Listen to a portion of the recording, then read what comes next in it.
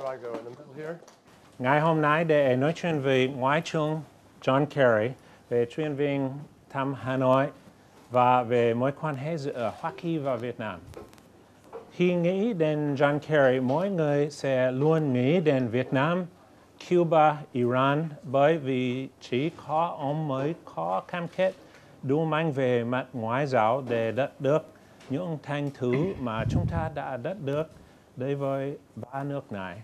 And it is my great honor to have Secretary John Kerry. I got the Cuba, Iran, And Vietnam.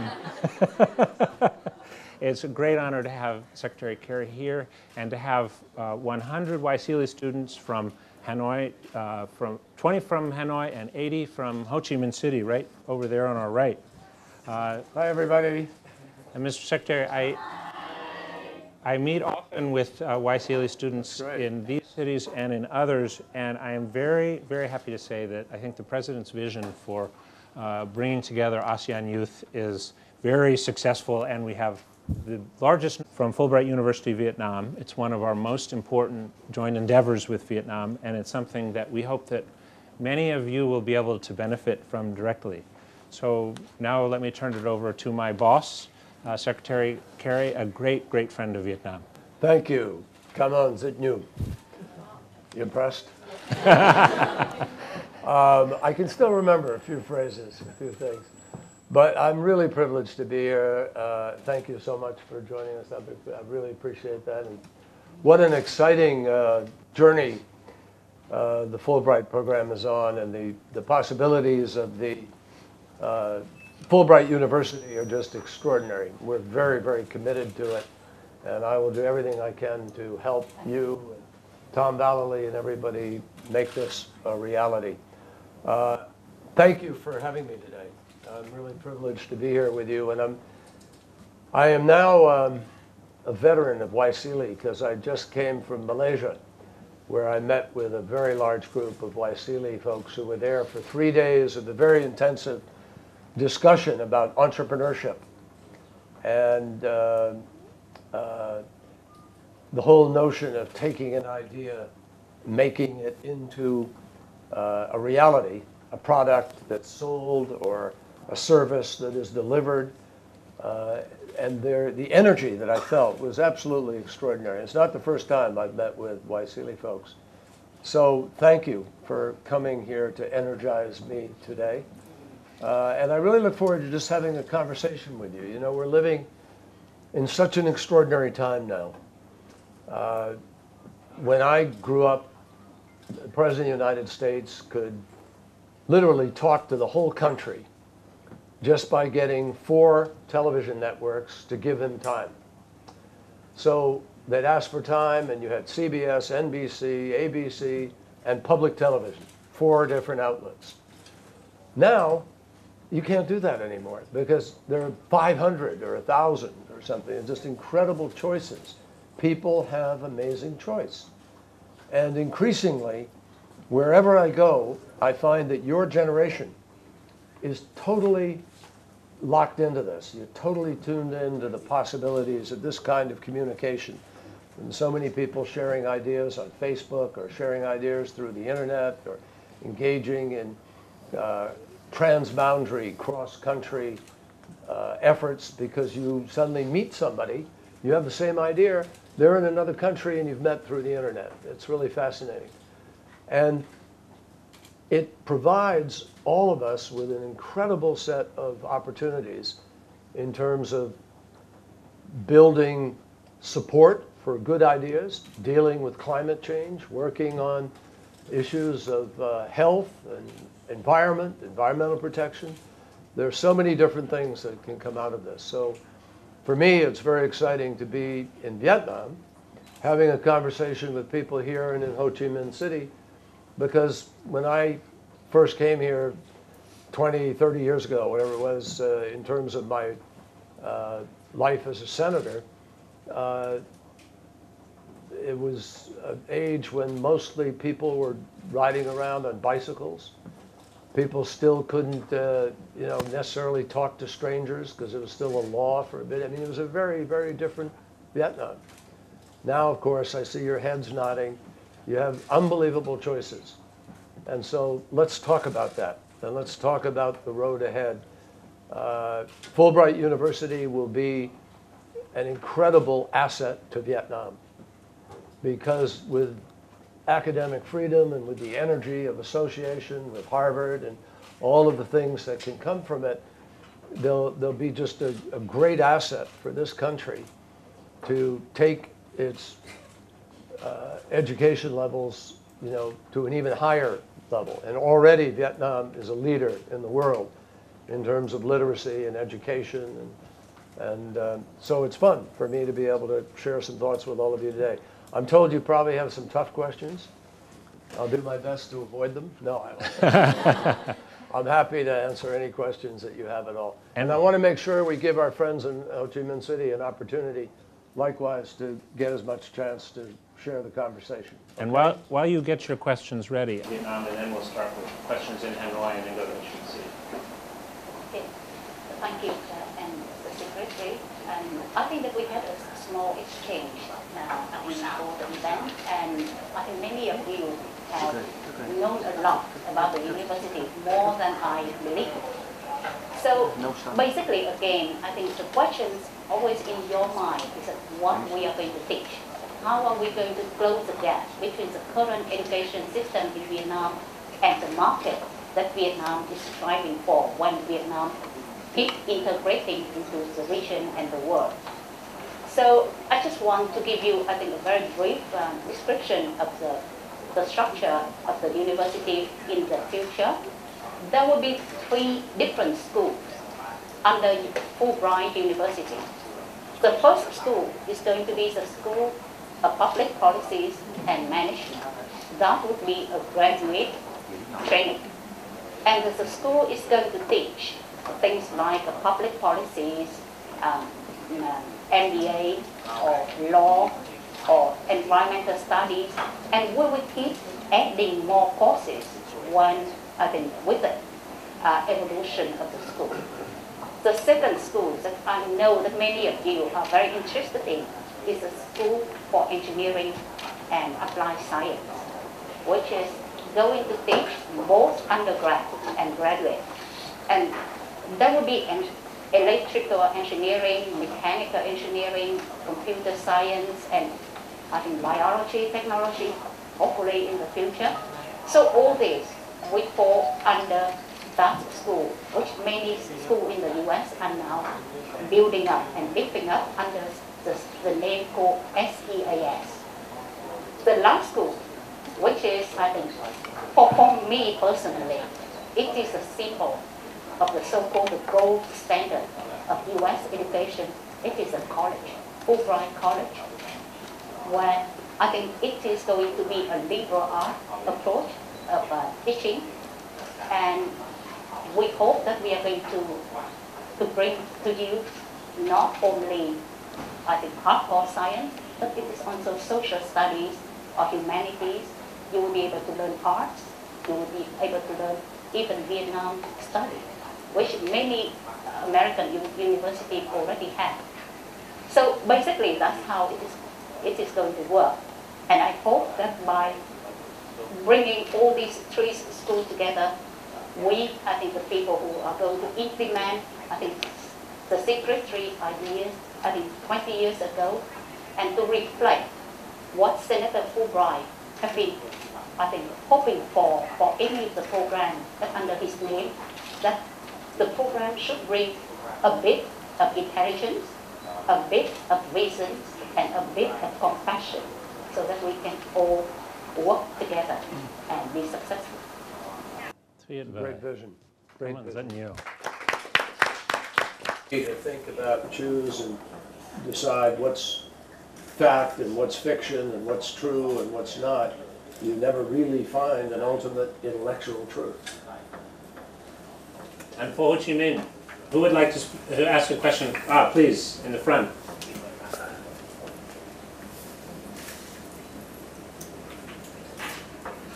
Personally, it's a great honor to have you here talking with us. And my name is Lee, and here's my questions. from your perspective, what internal power or quality that differentiate Vietnamese youth from their counterpart in America and other countries? Thank you. I'm sorry, can you ask, I missed the first part of that. Did you hear it? What differentiates students in Okay, Vietnam so from their what counterparts in America? internal quality that differentiate Vietnamese youth from their counterpart in America and other countries? So what is the internal qualities that differentiate the Vietnamese students from having others counterparts in other countries? That's what I thought. That's what I thought. Well, you know, I have to, look, an honest answer to you is, I really don't know enough about Vietnamese students to be able to distinguish. You could answer that more effectively than I can. I'm sure our president can answer that more effectively than I can. What I do know is that there's a kind of universality with all students, everywhere I go. When I was in Malaysia, when I was in Singapore, I spoke at the management university there. Everybody wants the opportunity to make their own decision about how they want to risk their money or where they want to put their work effort, where they'd like to put their creativity. And what I find is an incredible hunger. I don't find differences as much as I find a very broad-based thirst for knowledge and for opportunity and for the ability to be able to take an idea in your head and translate it into something real that you can deliver to people, or to, you know, whether it's making a product or making somebody healthier or improving people's lives or whatever it is. I think there's a commonality that maybe you have a sense of that difference that I don't. So I would like to share my personal opinion. I think being also a student studying in the US at a time that there was very little understanding of the two countries and continue evolving with the relationship. And this is something that I always encourage. I think the young students these days, that you study Western knowledge, but don't forget, I think, a lot of inner qualities that the Vietnamese may bring to the workplace or to the academic institution. I find that, I think actually the level, I think probably not only Vietnamese, but the level, there's a strong desire for the thirst of knowledge. Sometimes we just want to learn for too long, just degree after the degree.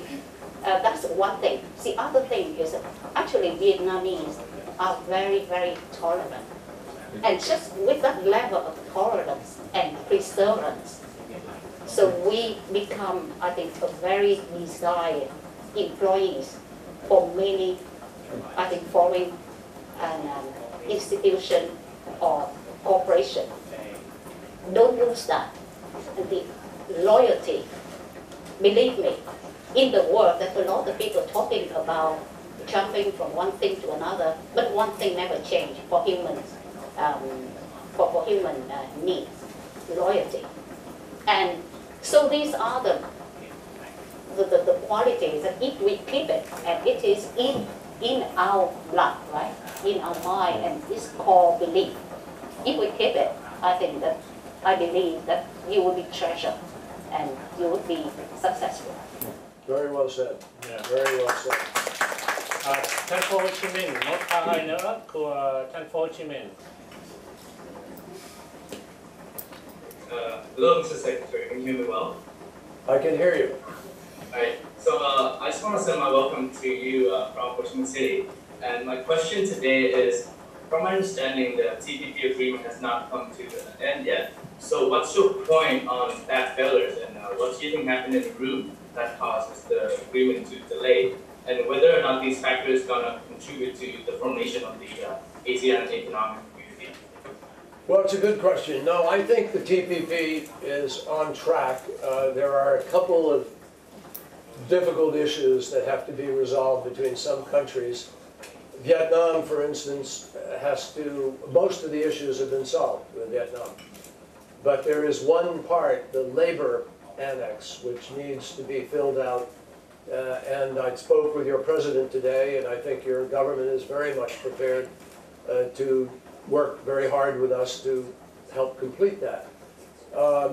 Some other countries have some other challenges. There's a challenge on automobiles still with Japan. There's a challenge on dairy products with Canada and New Zealand. But that's the nature of the negotiation. That's always the way things work. I think what will happen is we can complete this negotiation by the end of this year, and we're going to do everything possible to work through these differences. When you get 12 nations together, it's very complicated. I will tell you that, having just negotiated with Iran with 5 other nations, the P5+1. So there were 6 of us, all with expertise, all with our own opinions, and we had to come together in order to agree on what we would then negotiate with Iran. So it's you know, this is the same thing, TPP. But here's why TPP is so important to you, to Vietnam, and to the region. What is important in the world today is to create sustainable economic policies. We don't want to just, it's not just a question of growing, it's how you grow. You need to grow in a way that doesn't make you choke to death on the air that you're breathing because people aren't being responsible about emissions of automobiles or motorcycles or power plants. You notice maybe in the last few days President Obama has just put out new regulations, very strict ones in America, for our existing power plants. That's to deliver on climate change, obligations, and responsibility, moral responsibility, as well as to deliver on the practical aspects of improving the air quality. Now, you know, the TPP will raise the standards of doing business so that environment matters. Labor standards matter, so children aren't exploited and people aren't working in inhuman conditions. And what will happen is it will improve across the entire Pacific, because this goes to Latin America, up to North America, around to Japan, and down through Southeast Asia. And so what it will do is create a Pacific, the Trans-Pacific Partnership, a partnership that raises the standards by which we are doing business so that people benefit from that. And we build better, what we call shared prosperity, so that everybody shares the prosperity that comes from the work, and the work is sustainable in the impacts that it has on the resources that are being used and on the people who are producing it. It's a virtuous cycle of production, of entrepreneurial activity. And that's what we want to have, the strongest possible rules that will raise the standards so there's a race to the top, not a race to the bottom. Here's a question about the fan here on the fan page. He's asked about the qualifications for students to be accepted into the Fulbright University in Vietnam, and also the outstanding points of Fulbright University Vietnam against compared to other educational institutes, especially international ones. Let me answer the second question first, because I think with my long-time friend and the mentor here, Tom Vallely, I just want to say it again, that Fulbright University was established so that Vietnam can compare ourselves with other institutions in the region or in the world. We will try to avoid, I think, the mistakes that we often made in the past, that we compare ourselves with ourselves. So let me not try to compare Fulbright University with other current academic institutions in Vietnam, because that's not the point that what we are trying to do. But then, so that leads me to the first part of your question. That, okay, what is the good thing of the thing that I want to share about Fulbright University? I think that the first thing we want to say is that Fulbright University is going to operate on a very basic principle that one of these the secretary have, I think, explained earlier. It will be a non-profit university. Number two, it will be based on honesty, transparency, and full accountability. The way we teach, it will be the form of open inquiry, due exchange with the professor. It is not the professor who dictates.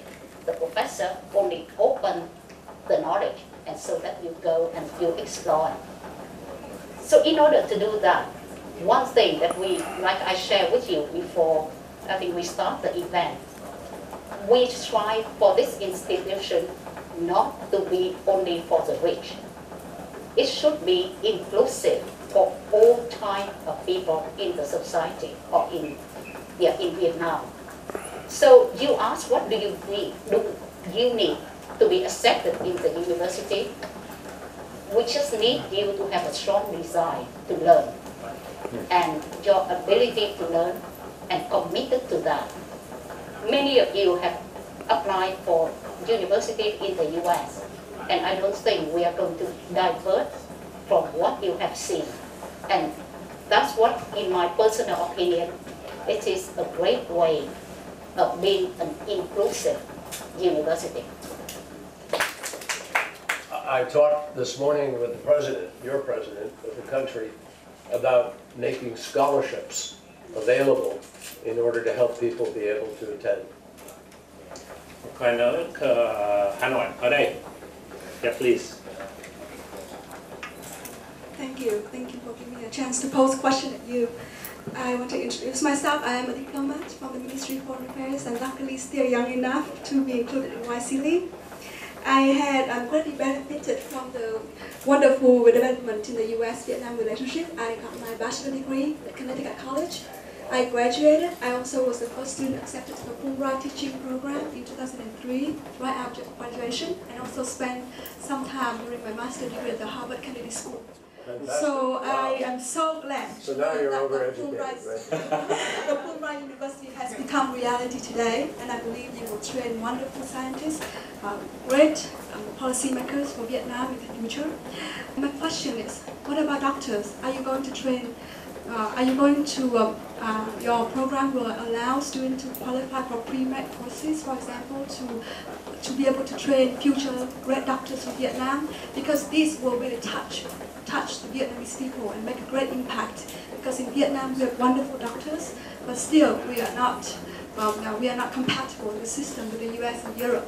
And I do hope that in the future the Fulbright could be able, and if you are ready, that would be wonderful. But if not, an extra step that would really make a difference in the Vietnamese life and really help. I have no doubt that the graduates of Fulbright University Vietnam will any of them be able to choose to be doctors and be qualified to do so. And I think why don't you let the president again describe how that's going to happen. Thank you for the questions, and it is great that you bring it up because this is exactly one of the issues that we are discussing internally among the project team to see, okay, when we can basically introduce medical school into FUT.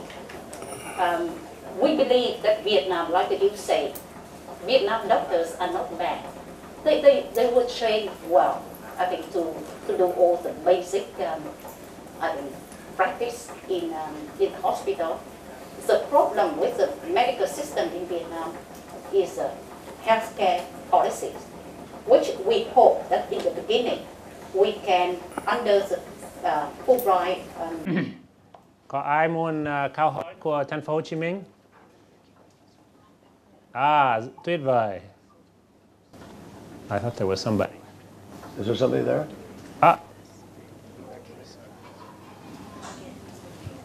Thank you for having us to have a conversation with you. So I would like to ask whether, what do you think about improving the not only standards of education in Vietnam, but also it's a totally different thing about freedom in academics because well, it's true that in Vietnam we're taught to be quite passive learners. So in the freedom in academic means, academic to support political and environmental issues rather than the reverse. Yeah, I think, I mean, again, I think the president already addressed this, that it's the type of teaching that is so critical here. You mentioned passivity in the process.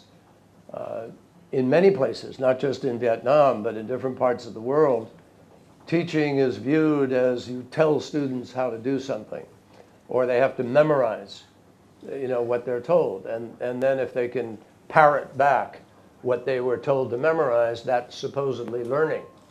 That's not really learning. I tell you, I went to a great university in the United States, Yale University, and I learned a lot. But I didn't completely really learn how to think, to be truthful with you, until I went on to law school. And then got into a kind of Socratic, critical kind of give and take. Now, it's my fault that I may not have gotten more out of my earlier, adventures in education. But I really think that what the Fulbright program is trying to do is begin at the beginning with this critical thinking discipline. And as the president said a few minutes ago, that the professor is there to open up the conversation, not to direct it and close it down or to tell you how limited it is. And that's really the distinction here. You need to put things to test. You have to test ideas. And just because somebody says this or that, you want to know for yourself that, it's actually correct, or how did you get there, or why do you arrive at that conclusion? And maybe you draw a different conclusion yourself. So I think that's really the way you break the barriers. That's how you come up with the new ideas and think, And for Vietnam, if you think about Vietnam and the great progress Vietnam has made in the last 20 years is remarkable. What has been achieved here in this country, I know you're all very proud of it, and you should be. It's an amazing journey. But the next 20 years can be defined by even more, and by greater results, and by more people being able to participate. And I think the president has hit the nail on the head when she defines how important this new discipline is, so that you're comparing, so that you're thinking about your education possibilities in Vietnam, not in comparison to what you have here, but in comparison to what the rest of the world has, or even to what your own imagination suggests you ought to have. And that's a different test. I think if you can get to that, you're really opening up a whole new set of possibilities. Do you want to add anything from your point of view? Yes, I just want to add two things. That we keep talking about, I think, courage. I think physical courage, okay, just run a marathon or I think jump over the fire. I think it is very valuable. But then I think intellectual courage requires much more courage in itself. And I think that the U.S. education is actually, and the model, the way how it was shaped, I think from my personal opinion, it would give, I think, all of us that kind of courage that normally we don't have. And the second thing I want to say is that there will not be a right or wrong answer anymore in the classroom. There will be different answers. Right for you will be wrong for the others, and vice versa.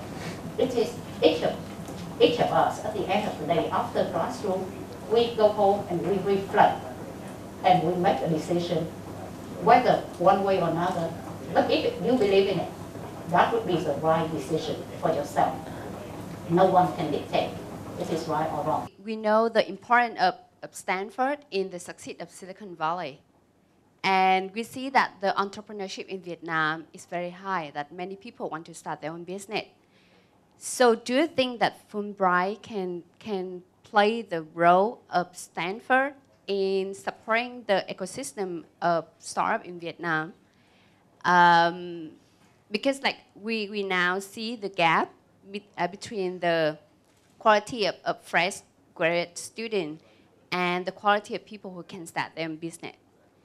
And also if the answer is yes, so it's still a lot of other factors to boost up the startup ecosystem in Vietnam. It's not just education, it's still other things like investor, like supporter, for example. And do you think that the US can support more besides education to the ecosystem of startup in Vietnam?